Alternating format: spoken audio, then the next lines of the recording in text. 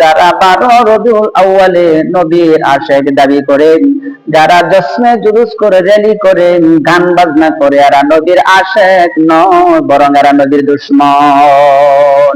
ঠিক কিনা বলুন? থেকে পাওয়া যায় নবীজি মুহাম্মদ সাল্লাল্লাহু আলাইহি ওয়াসাল্লাম নিজের মিলাদ নিজে পালন করেছেন, নবীজি জন্মদিন পালন করেছেন। কিন্তু কিভাবে পালন করেছেন বলেন? সেভাবে পালন করা আমাদের দরকার আছে না নাই? নবীজি কিভাবে পালন করেছেন আসুন আমরা হাদিস থেকে জেনে নেই।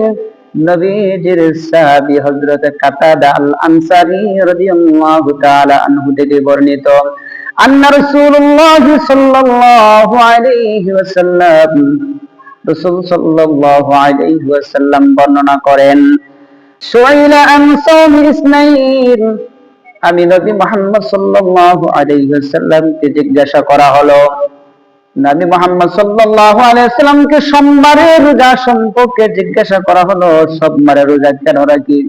নবীজি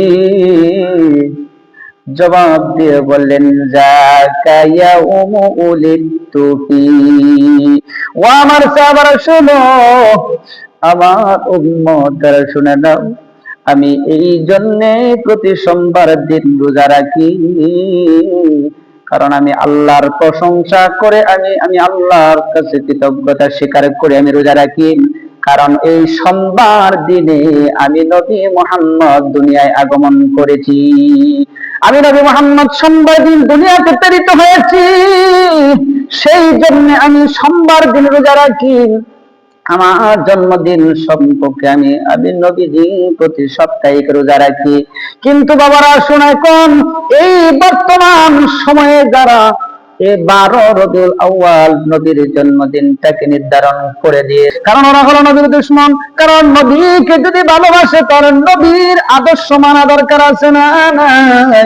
কারণ নবীজি মুহাম্মদ সাল্লাল্লাহু আলাইহি সাল্লাম বলেন, আমি আমার জন্মদিন পালন করেছি রোজার মাধ্যমে, তোমরাও যদি আমি নবীকে ভালোবাসো প্রতি সাপ্তাহিক সোমবারে রোজা রাখা দরকার আছে না না?